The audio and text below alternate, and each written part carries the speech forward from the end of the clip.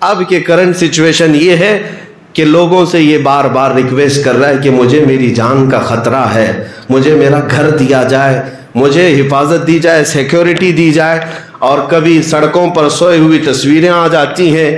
ان ظالموں کو ہم نے دیکھا چند مہینوں میں ذلت یہاں تک پہنچی، تب پھر ہمیں اعلیٰ حضرت کا وہ شعر یاد آتا ہے، یا رسول اللہ جو تیرے در سے یار پھرتے ہیں در بدر یوں ہی خار پھرتے ہیں، در بدر یوں ہی خار پھرتے ہیں۔ یہ تو زندگی میں دنیا کی ذلت ہے، اور آخرت کی ذلت تو ابھی مقدر ہے۔ اسی لیے میرے عزیزو، لیکن اللہ کا کروڑا شکر و احسان ہے، کروڑا شکر و احسان ہے۔ آپ پریکٹیکلی دیکھ سکتے ہیں آج کی زندگی میں گستاخیاں کرنے والے چھپ چھپ کر کے پھرتے ہیں، مجبور ہیں۔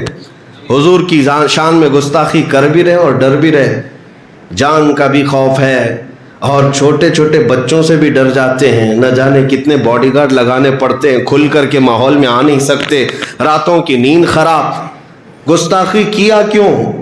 اور اس کے بعد حالت زندگی کی ایسی ہو گئی کہ لوگوں کے سامنے آ نہیں سکتے، چھپتے چھپاتے، پتہ نہیں بتاتے۔ لیکن اللہ کا کروڑا احسان ہے، حضور صلی اللہ علیہ وسلم کی عظمت بیان کرنے والا مجھ جیسا ایک ادنا غلام دیکھو ہزاروں کے مجمع میں تنہا گھومتا رہتا ہے، اور جہاں پر بھی جائیں اللہ نے عزت بخشی ہے، جس جگہ جائیں عزت بخشی ہے۔ کوئی ایسا خطہ میں نے ہندوستان میں نہیں دیکھا جہاں ہم جا رہے ہوں اور پھول نچھاور نہ کیے جا رہے ہوں۔ یہ اس لیے نہیں کہ میں کسی بڑے باپ کا بیٹا ہوں، جو عزت ملتی ہے وہ رسول اللہ کے قدموں سے ملتی ہے۔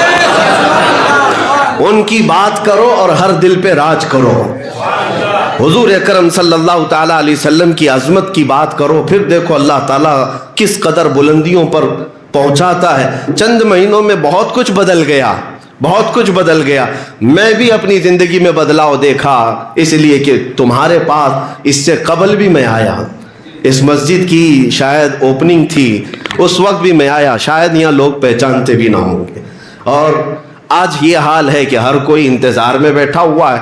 وہ اس لیے نہیں کہ میں کوئی ابھی جلدی کوئی پارلیمنٹ کا ممبر بن گیا یا کوئی سیاسی عہدہ حاصل کر لیا، بس بات اتنی سی ہے، جب تک بکے نہ تھے تو کوئی پوچھتا نہ تھا، جب تک بکے نہ تھے تو کوئی پوچھتا نہ تھا۔ یا رسول اللہ تم نے خرید کر ہمیں انمول کر دیا۔ زندگی یہی ہے میرے عزیزو، زندگی یہی ہے۔ اگر رسول کریم صلی اللہ علیہ وسلم کی وفاداری میں آ جاؤ، پھر دیکھو زندگی کا مزہ ہی کچھ اور ہے۔ اور خوف اللہ تعالیٰ دل سے نکال دیتا ہے، ڈر اللہ تعالیٰ دل سے نکال دیتا ہے۔ کچھ لوگ تو مجھ سے یہ کہتے بھی، کچھ تو بہت سارے جگہوں پر میرا جانا ہوا، اسٹیجوں پر، کچھ مولوی حضرات بغل میں بیٹھنے سے بھی ڈرتے بھی ہیں کہ ان کے ساتھ بیٹھیں گے کل ہمارے اوپر بھی کیس ہو جائے گا، ہاں ہمارے اوپر بھی کوئی چیز آ جائے گی۔ میرے عزیزو، ہمارا دامن پاک ہے، ہمارا دامن صاف ہے، ہم کسی ایسی ان لافل ایکٹیویٹی میں کبھی شامل نہیں رہے۔ ہم دیش دروہی معاملات میں یا آتنکی معاملات میں، دہشت گردی کے معاملات میں کبھی ملوث نہیں رہے، اور ہماری کوئی خفیہ میٹنگ نہیں ہوتی، جو بھی ہوتی ہے وہ اسٹیج پر ہی ہوتی ہے۔ ہم نے کبھی چھپ چھپ کر کے میٹنگیں نہیں کی ہیں، ہمیں اس بات کا ڈر نہیں ہوتا۔ ہم کسی بھی جگہ پر صرف اور صرف اس سہارے سے جاتے ہیں، جو ہم بات کر رہے ہیں وہ رسول اللہ کی عزت کے بارے میں بات کر رہے ہیں۔ اور اگر یہ جرم ہے کسی کے سامنے تو پھر ہم پھانسی لینے کو بھی تیار ہیں، اس لیے کہ ہمیں اس بات کا اعجاز ملے گا کہ اگر نبی پاک صلی اللہ علیہ وسلم کی عزت پر بات کرتے ہوئے دنیا سے کوئی جائے، انشاءاللہ العزیز قیامت کے دن وہ بلال حبشی اور خباب بن الارت کے ساتھ اٹھایا جائے گا، ان کے ساتھ اٹھایا جائے گا۔ ان کا جرم کیا تھا؟ مکہ والوں نے صرف ان کو اسی لیے مارا تھا نا کہ رسول اللہ کی عزت کی بات کرتے تھے۔ بہرحال میرے عزیزو، آج بہت سارے حالات ایسے ہیں، لوگوں کو اس طرح ڈرایا اور سہمایا گیا ہے، کچھ لوگ اس بات کے خوف میں ہیں کہ ان کے آگے پیچھے ان کی تقریریں سنو گے تو پتہ نہیں تمہارے ساتھ بھی کیا کیا معاملات ہو جائیں گے۔ اللہ گواہ ہے، اللہ شاہد ہے، میں اپنی قوم کو کبھی لڑائی کی طرف نہیں لے جانا چاہتا، نہ ہی کبھی حضور پاک صلی اللہ علیہ وسلم کی امت کو کسی آگ میں جھونکنے کی بات کرتا ہوں۔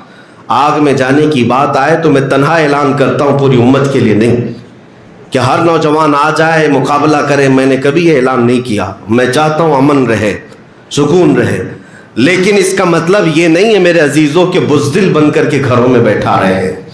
ہم یہ بھی زندگی نہیں چاہتے، بلکہ ہم رسول اللہ صلی اللہ علیہ وسلم کی امت کو اس حال میں دیکھنا چاہتے ہیں کہ اللہ تعالیٰ نے تمہیں اس زمین پر خیر امت بنا کر بھیجا ہے، خیر امت بنا کر بھیجا ہے. سب سے بہترین امت ہو تم، اور سب سے بہترین امت کا کردار ادا کرو. اور حضور اکرم صلی اللہ علیہ وسلم کی غلامی میں آنا یا اسلام میں آنا کوئی جرم ہے جو تم ٹوپی چھپا کر، داڑھی چھپا کر یا اپنی گردن جھکا کر چلو گے؟ نہیں، اسلام میں آنا یہ سب سے بڑے فخر کی بات ہے، سب سے بڑے فخر کی بات ہے. اس لیے کہ اللہ نے میری پیشانی کو ایرے غیرے کے سامنے جھکنے سے بچایا. ہماری پیشانی جھکتی ہے تو صرف اس کی بارگاہ میں جس نے خود ہمیں پیدا کیا، ہم اس کی بارگاہ میں پیشانی جھکاتے. کیا یہ تمہارے لیے اعزاز نہیں؟ کیا یہ تمہارے لیے عزت کی بات نہیں؟ اللہ نے سارے ناپاکیوں سے تمہیں پاک کر کے یہ دین دیا ہے. یہ مذہب اسلام تمہیں اللہ تعالیٰ نے کس قدر انعام میں دیا. تمہارے پاس کوئی بھی ناپاک چیز نہیں. تمہیں کہا بھی گیا کہ پاک چیزیں کھاؤ، پاک چیزیں پیو، کلوا من طیبات ما رزقناکم. تمہارے لیے ذرا برابر بھی ناپاک چیز اللہ نے حلال نہیں رکھی. حتیٰ کہ چوری ڈکیتی تو دور کی بات ہے، جس چیز سے ہلکا نشہ آئے وہ بھی تمہارے لیے حرام کر دیا گیا. کیوں؟ تم پاکیزہ قوم ہو، اللہ تعالیٰ کی طرف سے حضور اکرم صلی اللہ علیہ وسلم کی امت کے لیے چنے ہوئے ہو. تمہارے جسموں کو پاک رکھا گیا. آپ دوسری جگہ پر جا کر کے دیکھ لیں، طہارت کے مسائل اتنے کسی بھی جگہ پر نہیں ملیں گے جتنے آپ کو مذہب اسلام میں ملیں. طہارت کے مسائل، ارے کوئی چیز چھوٹی سی پیشاب کا قطرہ لگ جائے تو کیا کریں، پخانہ لگ جائے تو کیا کریں. فقہ کی کتابیں اٹھا کر کے دیکھیں آپ، ہر جانور کے متعلق اس میں مسائل لکھے ہوئے ہیں. کبوتر کی بیٹ لگ جائے، چڑیا کی بیٹ لگ جائے، چوہے کی بیٹ لگ جائے، یا کسی جانور کا، بڑے حرام جانور کا پخانہ یا اس کا تھوک لگ جائے، ہر ایک کے لیے مسائل کیا کیا ہیں، پوری پوری کتابیں لکھی ہوئی ہیں اس پر، پوری کتابیں ہیں. تمہارے آستین پر لگ جائے، تمہارے جبے پر لگ جائے تو پاک کیا ہے. عزیزان گرامی، آپ اندازہ کرو کہ تمہیں اللہ تعالیٰ پورا کتنا پاک رکھنا چاہتا ہے. ان اللہ یحب التوابین ویحب المتطہرین. قرآن میں اللہ فرماتا ہے وہ پاک لوگوں کو پسند فرماتا ہے. تم پاکیزہ قوم ہو، اور اتنا ہی نہیں، تمہارے کپڑوں کو بھی پاک. آج تک مجھے بتاؤ ان مسجدوں کو ہم کس قدر ستھرا رکھتے ہیں، جتنا اپنے گھروں کو بھی نہیں رکھتے. کیوں؟ یہاں ہماری پیشانیاں جھکتی ہیں. حتیٰ کہ اگر مسجد میں بیٹھا ہوا کوئی بندہ اپنی آنکھ کا کیچڑ یا ناک کا کیچڑ نکال کر مسجد میں ڈالے تو اس کو بھی حرام قرار دیا گیا. فرمایا گیا کہ مسجد کو اتنی ہی تکلیف ہوتی ہے جتنا تمہاری آنکھوں میں جانے سے کچرا جانے سے تکلیف ہوتی. مسجد کو تکلیف ہوتی ہے کوئی کچرا بھی ہلکا سا ڈالتے ہو. یہ زمینیں اللہ نے تمہارے پاک رکھا، یہ زمینوں کو اللہ نے تمہارے لیے پاک رکھا. تمہارا لباس پاک، تمہارا رزق پاک. یہاں تک کہ تمہیں زندگی گزارنے کے لیے یہ نہیں کہا گیا جس کو بھی دیکھو جنگل کی طرح جاؤ، عورتیں پکڑو اور اپنی عیش کرو. نہیں، وہ بھی ایک حلال راستہ دیا گیا. جو تمہیں پسند آئے اس کے ساتھ نکاح کرو اور زندگی گزارو، اولاد ہو. یہ حلال راستہ تمہیں دیا گیا. نہ تمہیں زنا کی طرف بھیجا گیا، نہ شراب کی طرف بھیجا گیا، نہ تمہیں جوئے کی طرف بھیجا گیا. یہاں تک کہ مال کو بڑھا کر کے لینے کی بھی اجازت نہیں دی گئی. یہ تمام چیزیں کس بات کی علامت ہے معلوم ہے میرے عزیزو؟ اللہ نے آپ کو خیر امت بنایا. جب اتنے پاکیزہ دین میں ہو تو سر جھکا کر کے نہیں، سر اٹھا کر کے جیے. عاجزی و انکساری اللہ کی بارگاہ میں. لیکن دنیا کو یہ کبھی بھی آپ دنیا کے ان ظلموں کو دیکھ کر یہ فیل نہ کریں کہ مجھے لوگ مجرم سمجھتے ہیں، مجھے لوگ آتنکی سمجھتے ہیں، مجھے لوگ دہشت گرد سمجھتے ہیں. تم ان سے سرٹیفکیٹ لینے کی امید مت رکھو. اگر آپ اپنے جسم کے 4 ٹکڑے بھی ان کتوں کے سامنے رکھ دو تب بھی وہ تمہیں دہشت گرد ہی کہیں گے. ان کے دماغوں میں جو باتیں بیٹھی ہوئی ہیں وہ تمہارے چہرے سے نہیں ہے، وہ تمہارے دین سے ہے. اسی لیے آپ اپنے دین پر مستقیم رہو، استقامت کے ساتھ رہو. اللہ نے اسی میں عزت بخشی ہے، اسی میں عزت بخشی ہے. میں نے تاریخ میں پڑھا ہے میرے عزیز، چند لوگ نبی پاک صلی اللہ علیہ وسلم کے غلام مکہ سے ہجرت کر کے جب جا رہے مدینے، صحابہ کی تعداد بہت تھوڑی سی تھی، 200 کے قریب بھی تعداد نہیں تھی. جب مکہ سے ہجرت کر کے مدینے جا رہے تھے، اس وقت جانتے ہیں کئی صحابہ کے گھر چھوٹ گئے، ان کی جائیدادیں رہ گئیں، ان کی زمینیں رہ گئیں، گھر بار چھوٹ گیا اور مدینے جا رہے ہیں بغیر گھر کے نئے گھر پر۔ اس وقت وہ صحابہ اعلان کیا کر رہے تھے جانتے ہیں؟ توکل تو دیکھیں، یقین تو دیکھیں، ان کا تھے 200 کی تعداد میں اور کھانے پینے کے مسئلے تھے، ایک کھجور ملتی تو دن بھر گزارا کر لیتے، لیکن اعلان کیا کر رہے تھے اس وقت؟ ہجرت کرتے وقت وہ یہ کہتے ہوئے جا رہے تھے، اس دور کی سب سے بڑی 2 طاقتیں تھیں، ایک پرشین ایمپائر اور ایک رومن ایمپائر، جس کو کیسر و کسرا کہتے ہیں، سپر پاور طاقتیں اس زمانے کی، جیسے آج امریکہ اور رشیا ہو، اس زمانے کی یہ 2 طاقتیں تھیں، پرشین ایمپائر جس کو کسرا کہتے تھے، رومن ایمپائر اس کو کیسر کہتے تھے۔ یہ میرے آقا صلی اللہ علیہ وسلم کے غلام صحابہ مدینے ہجرت کرتے وقت یہ کہتے ہوئے جا رہے تھے کہ ایک دن آئے گا ہم کیسر اور کسرا کو بھی فتح کریں گے۔ کون سا یقین تھا ان کے پاس؟ کون سا توکل تھا؟ اتنے بڑے منصوبے کہاں تھے؟ مکہ والے ٹھٹا مار کر ہنس رہے تھے، ان کو دیکھو مکہ میں اپنا گھر نہیں بچا پائے اور کیسر و کسرا کی بات کر رہے ہیں، بڑے بڑی سلطنتوں کو ہلانے کی بات کر رہے ہیں۔ ظاہر سی بات ہے دوسرے مکہ والے مذاق اڑا رہے تھے میرے آقا کے غلاموں کا۔ ہجرت کے 8 سال گزر گئے، 10 سال گزر گئے، مکہ تو فتح ہوا ہی، حضرت عمر کا زمانہ کیا آیا، پرشین ایمپائر بھی ٹوٹ کر ختم ہوا، رومن ایمپائر بھی ختم ہو گیا، اور ان کو فتح کرنے والی کوئی بہت بڑی فوجیں نہیں تھی، پیوند لگے کپڑے پہننے والے میرے آقا کے غلام ہی تھے۔ کیوں؟ انہوں نے عزت جو ہے دنیا کی طاقتوں میں نہیں ڈھونڈی، میرے آقا کی غلامی میں عزت ڈھونڈی۔ ایک صحابی حضرت نعمان حضور اکرم صلی اللہ علیہ وسلم کے ایمبیسیڈر بن کر کے وہ ایک بادشاہ کے پاس گئے تھے۔ بادشاہ کو پتا چلا کہ محمد صلی اللہ علیہ وسلم کی طاقت اب بڑھتی جا رہی ہے، انہوں نے اپنا ایک قاصد بھیجا ہے، ان کا ایک ترجمان ایمبیسیڈر آیا ہے، سفیر آیا ہے۔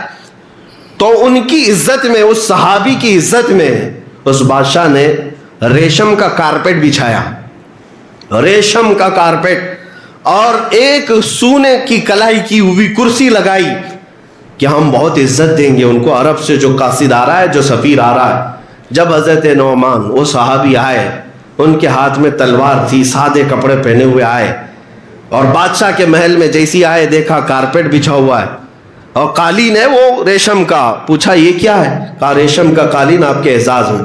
انہوں نے تلوار سے اس کو پھاڑ دیا اور کہا میں اس پر نہیں چل سکتا، میں زمین پر چلوں گا۔ اور اس کے بعد چلتے ہوئے آئے، کرسی سونے کی کلائی کی ہوئی رکھی ہوئی تھی، تو اس کو دیکھا، دیکھتے ہی اس کو ٹھوکر مار کر الگ کر دیا، کہا میں لکڑی کی کرسی پر ہی بیٹھوں گا۔ بادشاہ نے کہا میں عجب انداز دیکھ رہا ہوں، ہمارے پاس بہت ساری سلطنتوں کے سفیر آئے، ہم نے ان کو اتنی عزت نہیں دی جتنا محمد کے سفیر کو عزت دی ہے۔ آپ کے لیے ہم نے ریشم کا کارپیٹ بنایا، وہ اپنے تلوار سے پھاڑ دیا، اور سونے کی کلائی کی ہوئی کرسی کو آپ نے ٹھوکر مار دیا۔ یہ آپ کا ایٹیٹیوڈ ہے، آپ کا غرور ہے؟ اس صحابی نے کہا نہ، مجھے غرور نہیں، نہ ہی تکبر، نہ ہی ایٹیٹیوڈ، بلکہ میں اس ریشم کے کارپیٹ پر اس لیے قدم نہیں رکھا کہ میرے آقا صلی اللہ علیہ وسلم نے اس کو حرام قرار دیا۔ مردوں کے لیے ریشم حرام ہے، اور سونے کی کرسی پر اس لیے نہیں بیٹھا کہ یہ تکبر کی علامت ہے۔ میرے مصطفیٰ صلی اللہ علیہ وسلم زمین پر اور ہلکی چیزوں پر تشریف فرما ہوتے، اور مردوں کے لیے انہوں نے سونے کا استعمال حرام فرمایا ہے۔ میں اپنے نبی کا غلام ہوں، جس جگہ بھی رہوں گا انہی کی ڈیوٹی پر رہوں گا۔ یہ عزت دیکھی بادشاہ کے محل میں۔ جانتے ہیں میرے عزیزو، آپ کے اس اپنے دین پر جمے ہوئے ہونے کی وجہ سے وقت کا بادشاہ بھی دائرہ اسلام میں داخل ہوا۔ آپ اگر اس بات کو محسوس کریں کہ عزت میرے آقا کی غلامی میں ہے، اگر ہم مکمل طور پر رسول اللہ صلی اللہ علیہ وسلم کے اخلاق کریمانہ اور ان کے کردار کو اچھی طرح سے لوگوں میں پہنچائیں، تو تمہاری عزت میں کوئی کمی نہیں آئے گی، کوئی کمی نہیں آئے گی۔ میں اپنی زندگی میں بھی دیکھتا ہوں، ابھی آپ کے سامنے اتر کر کے آیا اسی لباس کے ساتھ۔ ہاں یہ اور بات ہے کہ تھوڑا چینج ہوگا، میں اپنے امام میں اپنے جبے کے ساتھ، لوگوں کو ایسا لگتا ہوگا کہ پوری فلائٹ میں 100 سے لوگ ہوتے ہیں، میں ایک عجوبہ کہاں چلا جاؤں۔ نہیں، ہمیں تو اس بات کا لطف ملتا ہے کہ کم سے کم لوگ دیکھیں گے تو یہ محسوس کریں گے کہ محمد عربی کا غلام بیٹھا ہوا ہے۔ چھپنے کی بات نہیں، حضور پاک صلی اللہ علیہ وسلم کے اخلاق پر بلکہ رشک کرنے کی بات ہے، اعزاز، کیونکہ ہمیں اسی نسبت پر تو فخر ہے۔ میں تو یہی کہتا ہوں، اعلان بھی کرتا ہوں کہ لوگ مجھے میرے باپ کے نام سے نہ پہچانے، حضور کی غلامی سے پہچانے۔ اپنا مقام اتنا بناؤ کہ آپ کا انٹروڈکشن جب ہو، آپ کا تعارف جب ہو تو حضور پاک کی غلامی سے کیا جائے، نبی پاک صلی اللہ علیہ وسلم کی غلامی سے کیا جائے۔ ابھی آپ کے سامنے خطیب و امام مجھے بلا رہے تھے یہی کہہ کر کے ناموس رسالت کی حفاظت کی خاطر، باقی اور بھی بہت کچھ ہوگا، میں کہیں کا پڑھا ہوا حافظ بھی ہوں گا، کہیں کا پڑھا ہوا عالم بھی ہوں گا، کہیں کا پڑھا ہوا مفتی بھی ہوں گا، وہ ساری چیزیں اپنی جگہ پر ہے، لیکن اگر ہمارے اعزاز میں حضور کی غلامی آتی ہے تو یہ زندگی کی معراج ہے۔ عزیزان گرامی، زندگی اتنی گزارو کہ حضور پاک صلی اللہ علیہ وسلم کی نسبت سے تمہیں دنیا پکارنے لگ جائے، اور وہ دن تمہاری کامیابی کا دور ہے۔